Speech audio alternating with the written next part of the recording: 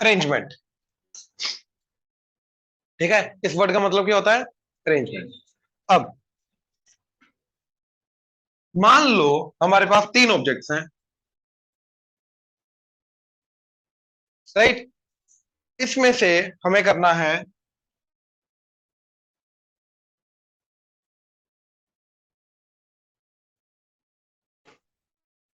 इन तीन में से दो को अरेंज करना।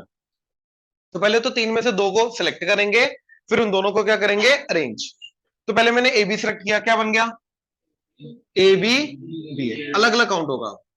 फिर मैंने बीसी को किया तो क्या बन गया? बीसी। फिर मैंने एसी को किया, सिक्स केसी। तो यहां पे permutating two out of three things को के टोटल नंबर ऑफ केसेस कितने बनेंगे? सिक्स। ये समझ में आया? श्योर? अब यार क्या हर बार लिस्ट डाउन करने पड़ेंगे? मान लो तुम यहां पे जितने भी हो, तुम में से दो बच्चों की फोटो खींचनी है, तो पहले तो दो को सिलेक्ट करूंगा। फिर जब फोटो खींचने, कौन लेफ्ट में खड़ा कौन राइट में खड़ा, A B B A, arrangement से फर्क पड़ेगा, कितने केसेस बन जाएंगे यार, राइट। हर केस को लिस्ट डाउन थोड़ा ना करते फिरेंगे। तो हमारे पास कोई ना कोई एक मेथड होना चाहिए जिससे हमें डायरेक्ट इस चीज का आंसर सिक्स मिलना चाहिए, कोई फॉर्मूला होना चाहिए, हाँ या ना? Right, right. अब इसको मैं ये भी बोल सकता हूं,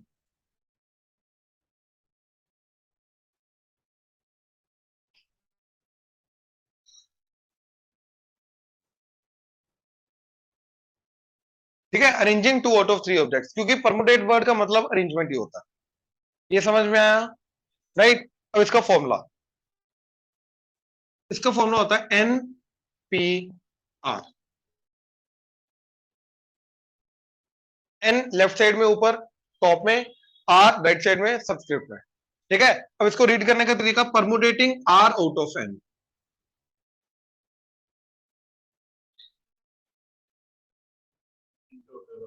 एन टोटल है, एन टोटल में से आर को पकड़ के हमें क्या करना है? अरेंज करना है। तो उसके टोटल नंबर ऑफ वेज क्या होंगे? जैसे इसको कैसे लिखेंगे आप? Three P two, permutating two out of three.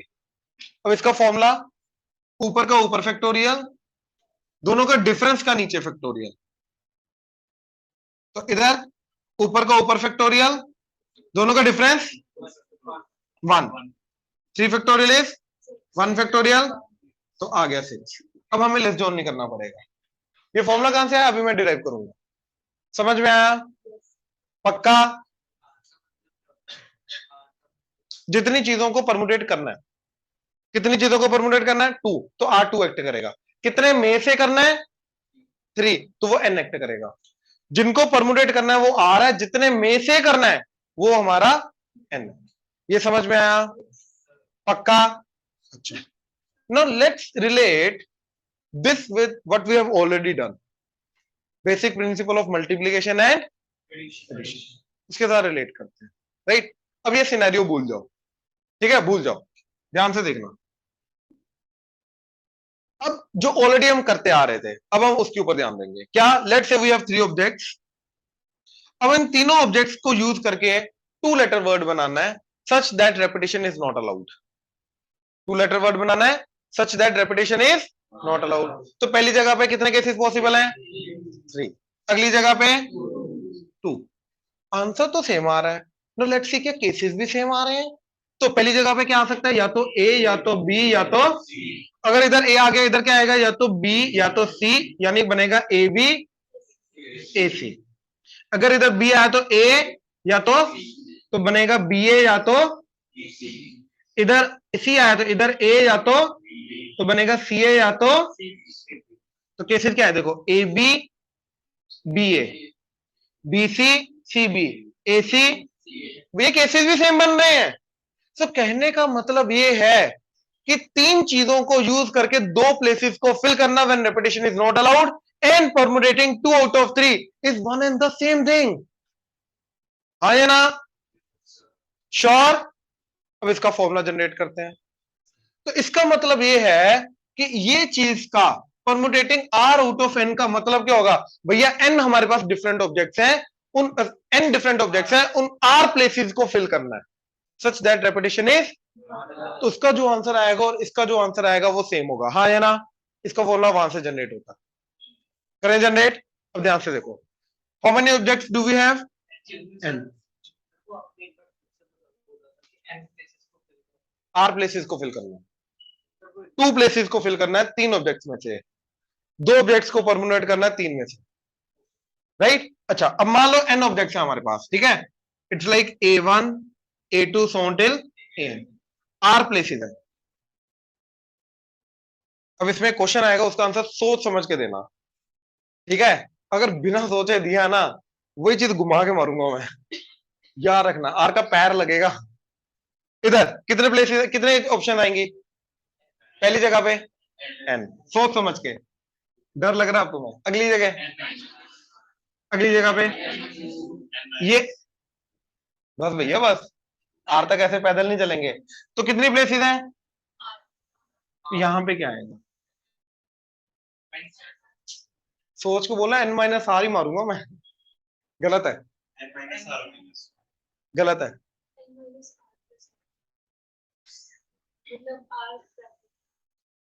कैसे? कैसे? अगर रीजन नहीं है तो मत बोलना। R into N minus one, शाबाश। टेबल है ना, सर मारो। N, N minus one, N minus two, so on. तो आरथ प्लेस पे क्या नंबर आएगा वो बताना है। एपी से बना लो यार, एपी नहीं दिखाई दे रही? Minus one minus one minus one, दो तरीके हैं, या तो एपी से बना लो या तो ऑब्जर्वेशन, मैं दोनों से बताता हूं। अब एपी से क्या आएगा? नहीं कर पाए यार, नहीं कर पाए यार, नहीं कर पाए, अरे रहने दो, अब नहीं कर पाए। First term n plus position minus one, r minus one into d. अबे माइनस वन कम होता जा रहा है, इतना कॉन्फिडेंटली बोला। One, N minus r plus one, तो इधर आएगा n minus r plus one. Clear हुआ? अब ऑब्जर्वेशन से कैसे? बस ऐसे ही, n n n N, minus zero minus one minus two, so on. अब पहली टर्म के अंदर माइनस जीरो हुआ, सेकंड टर्म के अंदर माइनस वन हुआ, थर्ड टर्म के अंदर माइनस टू हुआ, तो एन आरथ टर्म के अंदर क्या माइनस होगा? आर माइनस वन माइनस होगा, तो क्या बनेगा? तो ये कर सकते थे, ये ऑब्जर्वेशन थी। हो जाएगा? अब तो हो ही जाएगा। तो हमारा एन पी आर का फॉर्मूला बना n into N minus one into N minus two into so on till. यार ये जो चीज बनी यार, ये इसका तो इसके साथ कोई लेना देना नहीं अभी तक लग रहा, तो इसको फैक्टोरियल में कन्वर्ट करेंगे। अब देखो, ये वैल्यू एक एक कम होती जा रही है, क्या हो रही है? एक एक कम होती है, हाँ या ना? अब इसके अगली एक और कम वैल्यू क्या होगी? N minus R. मैंने एन माइनस आर से मल्टीप्लाई डिवाइड कर दिया ताकि वैल्यू चेंज ना करे। फिर एक और कम, n minus r minus one, N minus r minus one, और कब तक करता जाऊंगा? जब मैं वन तक ना पहुंच जाऊं। अब ऊपर देखो, वन टू थ्री सोन टेल, कंटिन्यूस प्रोडक्ट गया, तो क्या बन जाएगा? नीचे कंटिन्यूस प्रोडक्ट गया, तो n minus r factorial. So that is how we get n factorial by n minus r factorial. So that is why npr is n factorial by n minus r factorial. अब कोई भी question पूछने से पहले जो इधर लिख रखा है, जो एक्सप्लेनेशन दी मैंने, जो रिलेट किया मैंने basic principle of addition multiplication को परमुटेशन के साथ, why this two are same, सोचो पहले, पूरा गो थ्रू करो, लिखो मत, गो थ्रू करो।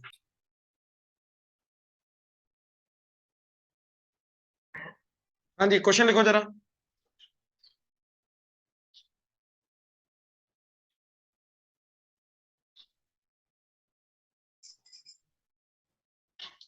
Seven athletes participate in a race. Seven athletes participate in a race. In how many ways? In how many ways can the first three prizes? In how many ways can the first three prizes be won?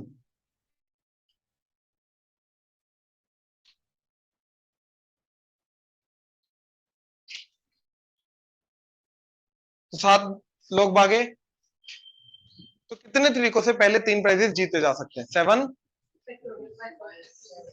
Basically 7p3।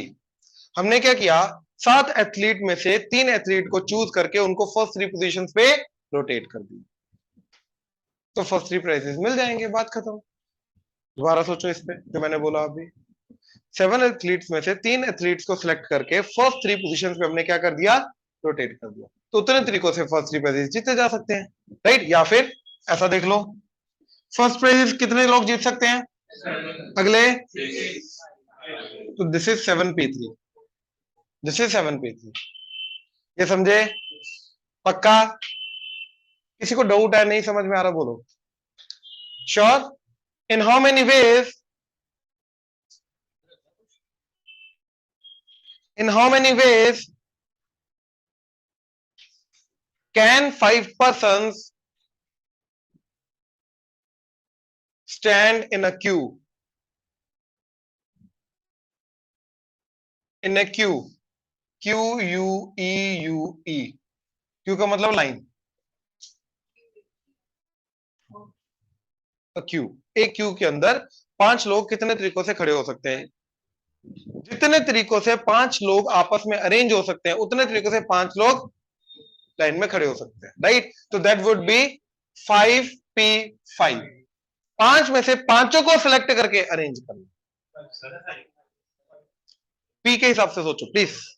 पांचों में से पांचों को choose किया और उनको arrange कर दिया, 5p5। सबको अरेंज करना है ना अभी, तो क्या आ जाएगा? 5 फैक्टोरियल डिवाइडेड बाय 5 माइनस 5, तो दैट इज 5 फैक्टोरियल, क्योंकि 0 फैक्टोरियल 1 है। इसका मतलब ये है, आज के बाद 4 चीजों को आपस में रोटेट करना, अरेंज करना, 4 फैक्टोरियल। 5 चीजों को आपस में अरेंज करना, 5 फैक्टोरियल। n चीजों को आपस में अरेंज करना, n फैक्टोरियल। या n चीजों को एक लाइन में लगाना, कितने तरीके से वो लाइन में लग सकते हैं? n factorial. इसके आगे स्टार मार्क करके लिखो, number of ways of arranging, number of ways of arranging, number of ways of arranging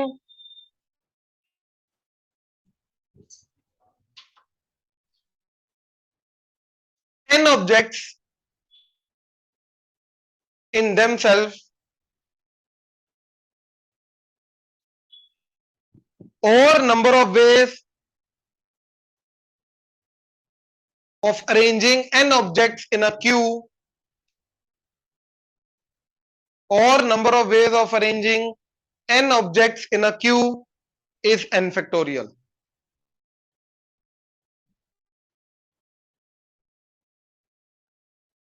Is n factorial. ये क्लियर हुआ? श्योर? दो तरीकों से निकाल सकते हो इसको, npn, that is n factorial by 0 factorial, that is n factorial, और n पोजीशन है, पहले पे n, अगले पे n minus 1, n minus 2, so 3 into 2 into 1, that is n factorial. Clear हुआ? श्योर? ठीक है, अगला क्वेश्चन लिखो।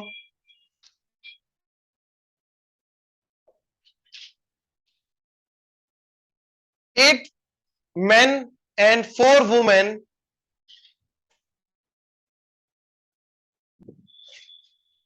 are made to sit in a row. 8 men, 4 women are made to sit in a row such that women occupy even places.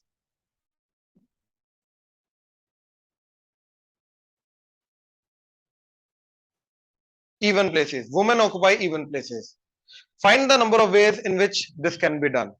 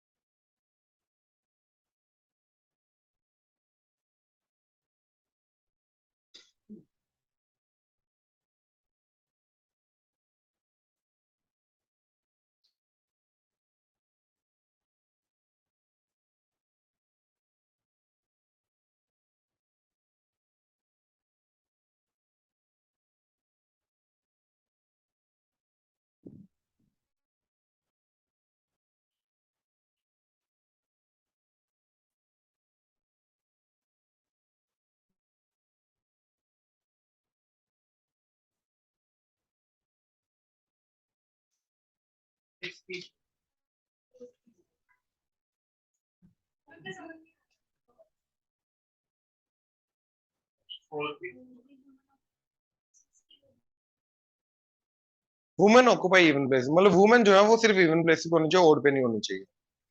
Main हो भी सकते हैं, नहीं भी हो सकते।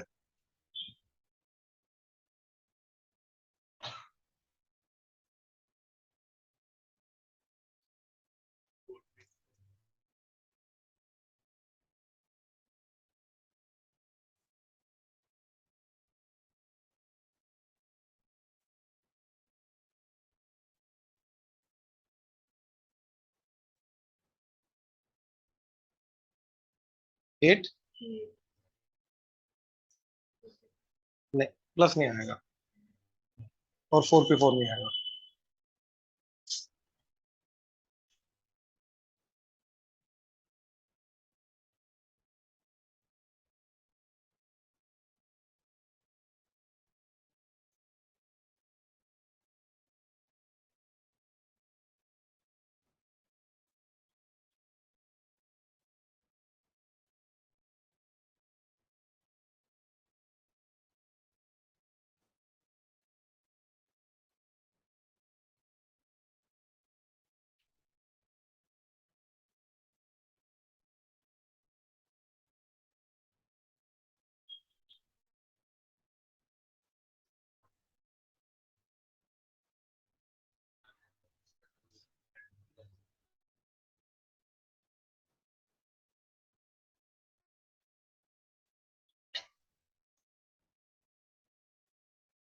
देखो,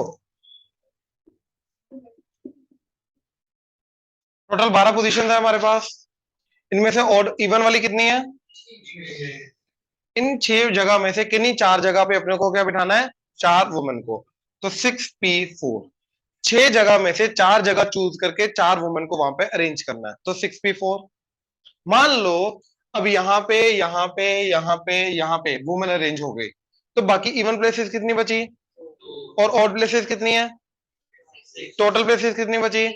8। और उन्हें 8 जगह पे 8 बंदों को बिठाना, कोई कंडीशन ही नहीं है, तो 8 फैक्टोरियल। अब वुमेन को भी बिठाना है, इनको भी बिठाना है, तो मल्टीप्लाई। तो 8p4 into 8 factorial, 6p4 into 8 factorial. समझे? 8 बंदों को भी तो बिठाना है, 8 जगह पे 8 बंदों बंदों को बिठाने का तरीका 8 फैक्टोरियल। उनको भी तो अरेंज करना है। पहले सबसे पहले कंडीशन किसके ऊपर है? मैन के ऊपर है या वुमेन के ऊपर? पहले वुमेन को बिठाया हमने। वुमेन की क्या कंडीशन है? Even places. तो हमने इवन प्लेसेस कितनी है?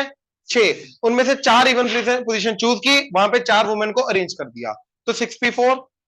और बाकी 2 इवन पोजीशन बची और 6 ओड वाली बची, तो टोटल 8 पोजीशन बची। अब बंदों की तो कोई कंडीशन ही नहीं है, तो 8 जगह पे 8 बंदों को बिठाने का तरीका 8 फैक्टोरियल। डन।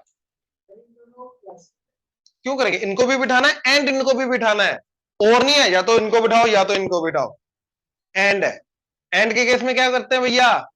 शाबाश, समझदार तो हो तुम। क्लियर हुआ? पक्का?